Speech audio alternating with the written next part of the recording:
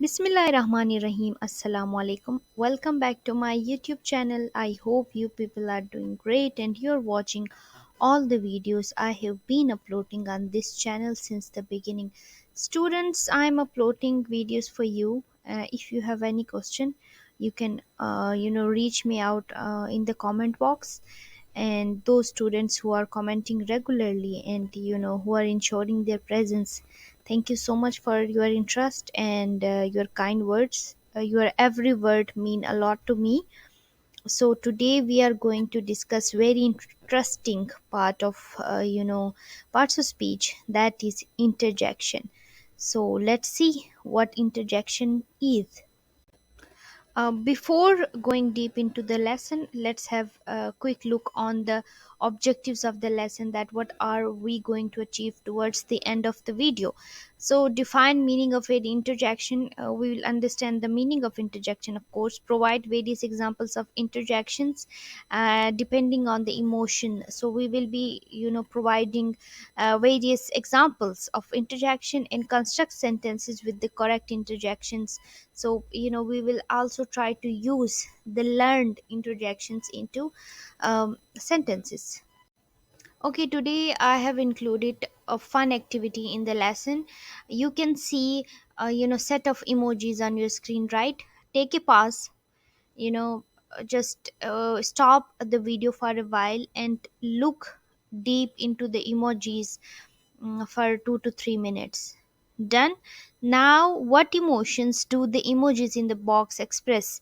Can you make a sentence out of these emotions? If you can make sentence out of them, you can make sentences in any of two, and you can write that down in the comment box. So quickly आप लोग इनमें से जो 6 emojis हैं, इनमें से ना दो इमोजीज के ऊपर जो है आपको क्या समझ आ रहा है, ठीक है? ये किस चीज़ के बारे में, और उनके बारे में जल्दी से जो है वो एक सेंटेंस लिख लें। मसलन अगर मैं कहूँ वाओ, ठीक है? वाओ! तो अभी पीएसएल के मैचेस चल रहे हैं, तो मैं कहूँगी wow! Quetta Gladiators have one the match, ठीक है? वाओ! तो मैंने एक सेंटेंस बना लिया। सेम इज़ द केस, आप 2-5 में से किसी 2 में जो है वो सेंटेंस बनाएँ, कमेंट बॉक्स में मुझे ज़रूर वो सेंटेंस चाहिए, ठीक है? जो है वो सेंटेंस बनाएगा उसके लिए मैं कल इनाम की अनाउंसमेंट करूँगी। Finally, we are here on the main lesson. So interjection, आपको emojis से क्या समझ आए कि interjection क्या हो सकते हैं? Okay, interjection are words or phrases that communicate emotions or exclamation. An interjection has no grammatical relationship with any other word in a sentence. अच्छा, इंटरजेक्शन क्या होते हैं कि ये फ्रेजेस होते हैं जो कि इमोशंस को क्या करते हैं, एक्सप्रेस करते हैं, या एक्सक्लेमेशन को हम ऐसे स्टेट में होते हैं जिसमें हम नॉर्मली नहीं होते। मसलन कभी कभी हम खुश होते हैं, ठीक है? कभी कभी हम बहुत ज़्यादा सैड होते हैं, डाउन बंदा फ़ील करता है। और कभी-कभी जो है वो बहुत ही ज़्यादा जो है ना वो आपको खुशी से भी ज़्यादा एक्सटेसी जो है वो फ़ील हो रही होती है, वो कोई गुड न्यूज़ होती है, या आपको कोई डिज़ायर्ड चीज़ मिल जाए, या फिर आप जो है ना कोई टेस्ट पास कर लें, तो वो नॉर्मल स्टेट नहीं होता। वो जो है ना वो एक अलग स्टेट होता है जहाँ पे इंसान शॉर्ट पीरियड ऑफ टाइम के लिए होता है। तो उसको क्या कहते हैं, इमोशन कहते हैं। जब आपके अंदर केमिकल्स, जब आपके अंदर हार्मोन्स में हलचल मचे और उसका इफ़ेक्ट आपके मूड पे हो, तो वो इमोशंस होते हैं। तो वो इमोशन वर्ड्स क्या होते हैं, इंटरजेक्शन होते हैं। एग्जाम्पल से समझेंगे, ये वी वॉन द गेम। अच्छा, आप पीएसएल में किसको सपोर्ट करें, या फिर आप वर्ल्ड कप जो अभी गया है उसमें आप कौन सी टीम को सपोर्ट कर रहे थे? जब आपकी टीम जीतती थी तो आपको क्या महसूस होता था? जब आपकी टीम हारती थी तो आपको क्या महसूस होता था? उस दौरान आप जो सेंटेंस जो है ना वो अटर करते हैं अनकॉन्शियसली, वो क्या होते हैं, इंटरजेक्शन होते हैं। अच्छा, the interjection used in the sentence above is ये विच एक्सप्रेसेस द एक्साइटमेंट। अच्छा, ये हम कहते हैं ये। Okay, sentence number 2, chairs. Chairs, you did very well. तो interjection used in the sentence above is chairs which expresses joy. अच्छा, खुशी में हम क्या अल्फाज अटर करते हैं, गम में क्या अल्फाज अटर करते हैं, वो क्या होते हैं, इंटरजेक्शन होते हैं। आई होप इंटरजेक्शन आपको क्लियर हुआ होगा। अच्छा, इंटरजेक्शंस को मज़ीद समझते हैं कि इंटरजेक्शंस क्या होते हैं। Some interjections are capable of standing on their own. अच्छा, कुछ क्या होते हैं, खुद मुख्तार होते हैं। As long as the emotion attributed to this interjection is appropriate for the situation they are acceptable. अच्छा, मसलन जो है ना, इमोशंस भी क्या होते हैं, वो सिचुएशन के अकॉर्डिंग होते हैं। वही बात है कि आप किसी फोतगी वाले घर जाके लतीफ़ा नहीं पेश कर सकते, ठीक है। वो एक्सेप्टेबल ही नहीं होगा, सोशली अनएक्सेप्टेड होगा, एक्सेप्टेबल होगा। अच्छा, आप किसी खुशी वाले घर में जाके मातम नहीं कर सकते, शादी वाले घर में। तो इमोशंस को क्या होते हैं, सिचुएशन के अकॉर्डिंग, अप्रोप्रिएट सिचुएशन के अकॉर्डिंग वो एक्सेप्टेबल होते हैं। अच्छा, मसलन ऑसम, कोई किसी की फौतगी हो जाए तो हम ऑसम नहीं कह सकते या वाव नहीं कह सकते, ठीक है।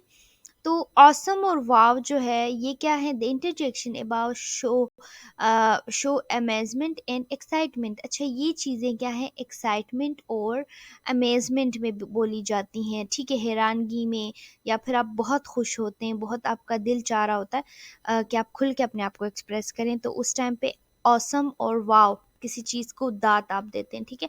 Yes, absolutely okay, this interjection show different levels of agreement.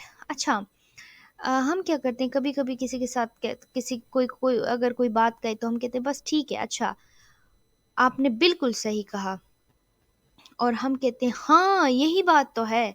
मतलब ये एग्रीमेंट जो है, आप अगले वाले बंदे की बात को कितना इम्पोर्टेंस दे रहे हो, इस चीज़ को जाहिर करता है। तो इंटरजेक्शंस क्या होते हैं, सिचुएशन के अकॉर्डिंग अगर हो तो वो एक्सेप्टेबल होते हैं, ठीक है। और कुछ जो है इंटरजेक्शंस खुद मुख्तार होते हैं, उनको एडिशनल किसी हेल्प की ज़रूरत नहीं होती अपने आप को मनवाने के लिए, ठीक है। अच्छा, some interjections are derived from the sound associated with the emotion they evoke. अच्छा, कुछ इमोशंस जो है ना वो दिल की आवाज़ होते हैं, मतलब ये उनकी बात कर रहे हैं। एग्जाम्पल अब देखें, उह, हम कहते हैं ना और उर, ठीक है। The interjection above are annoyance and anger.